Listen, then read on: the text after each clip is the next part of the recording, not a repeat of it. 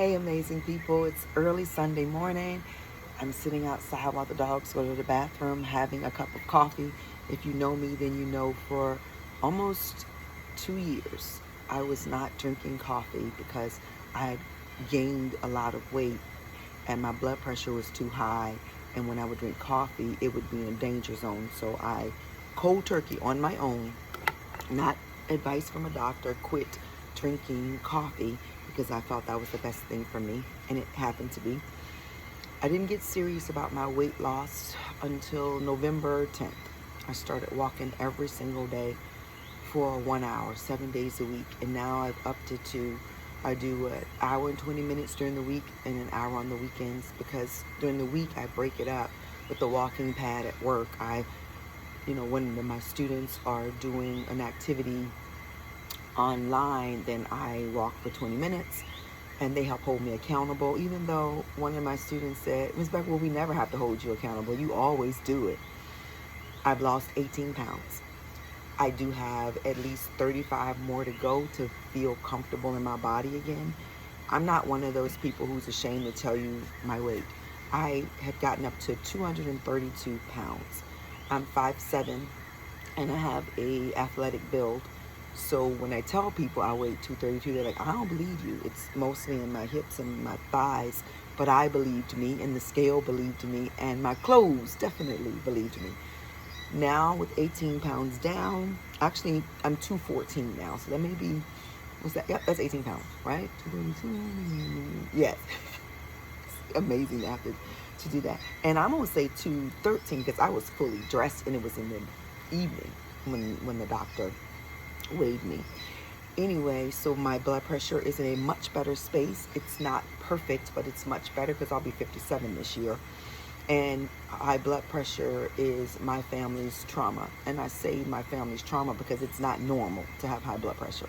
It's the traumas that on my grandmother's side you get. If you have my grandfather's side makeup, you're going to have diabetes. That's the trauma. But I changed my diet many, many years ago. But I changed it, but I was eating a lot of sugar, a lot of junk, a lot of salty things, definitely a lot of bread. The situation that I am growing through, and I say growing, not going, because for me, going feels like a victim mentality, but growing feels like I'm taking charge, is definitely coming to the part, the crowning, where it's about to be fully over. I feel it in my spirit and my soul, and I'm just taking it one day at a time. It's been a long time coming. Each of us have something that we're going through, that we're growing through. Or you're going through it or you're growing through it. That's up to you. God has been very good to me.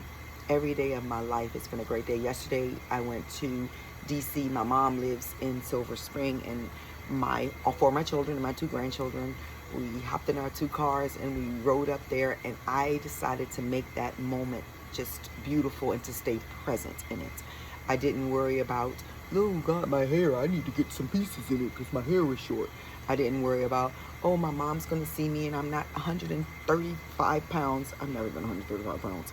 But my great weight is 175, where I really look very thin because I'm not ever going to be super thin. My sister is super thin, and I had this unrealistic expectation for my body type. Don't have that anymore.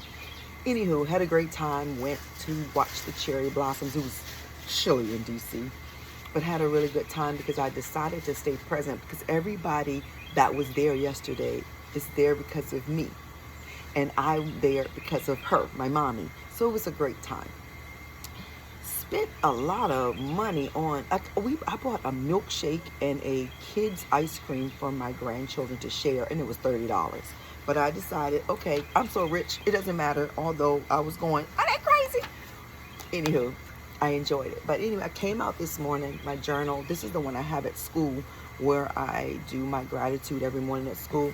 My journal that I use at home was upstairs, and I didn't feel like going back upstairs. So I just wrote in that one. But I really came to tell you that there is definitely something to be grateful for every single day. You may have to search for it, but I find that if I wake up in the morning, as soon as my eyes open, if I give thanks to the God of my understanding, if I say, thank you, my eyes opened. Everything else is going to be okay. You might be in the midst of a storm. Most people are, because storms just kind of come and go. Life is definitely this place where I believe we're here in the earth school to learn and to grow. So situations are going to come through us. When we learn to not only first forgive ourselves and release the bitterness and the anger in our heart, we can see clearly now. You can definitely see clearly when you release that stuff. I have 119 followers, so probably nobody's going to hear this, but I'm doing this for me. And what I find is when you do something for yourself, it touches other people better than you doing it to get likes or views. I keep forgetting to say, subscribe to my channel, like my video, share it, because I feel like whenever I watch a video, if I like it, I put the like. If I want to be a part of their channel, I subscribe. If I want to share it, I share it. I don't need that reminder. But statistics show that you have to remind people of things. So if you like my videos, if you want to share it, if you want to comment, all of it is wonderful. But I'm just going to keep doing it. I used to think, got to be consistent, do it every single day. But I don't have to do it every single day. I just have to consistently show up. It may not be every day. I don't have something to say every single day.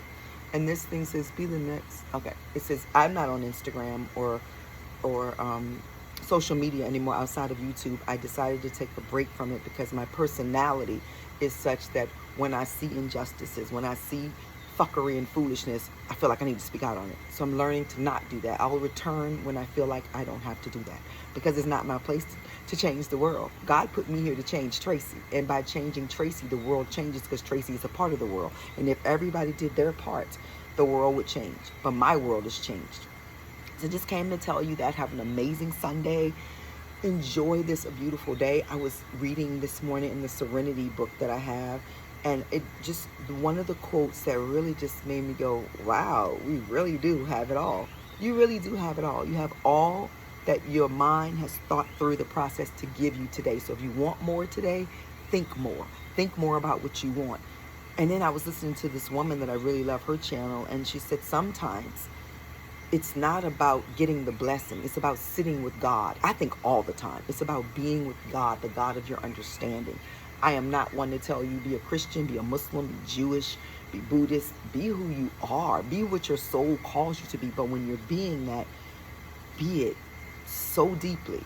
I mean, so intricately that people say there's something about you. And then that something that's about you is that goodness, that Islam, that Christianity, that Buddhism, that's giving you the tools that you need. I personally love them all. I do. And I used to feel like, well, you can't do that. You know why I felt like that? Because people told me, you can't do all of them. But I decided not to let people tell me what to be. I'm going to be it. Anyway, so also, I got my little mug, Self-Love Club. It helps me. I need reminders. I need reminders because as I grow through some of the traumas that I've experienced in my life, and it hasn't been that much, so don't cry for me, Argentina. The traumas that I've had are not the traumas that break you down and put you underground. Some people have had those and they still rise. So I feel that if I've been through what I've been through, and truly it's just been stuff I've allowed because I haven't stood up for myself, and some stuff I brought in on my own, that I can do, I can grow through it. I know that as long as I'm connected to God, and you can't gaslight God. You just can't. That's my new saying. You can't gaslight God. So if you connect to God, nobody's gaslighting you, because you can't gaslight God. God just is ungaslightable. And God is ungaslightable. And so I'm going to go now. I'm going to go. The dogs are coming up, and I'm going to get to the second part of my morning worship, where I just take deep breaths in and out, and just think of the goodness of the Lord, and that I'm in the land of the physical living. And I love you guys. Bye.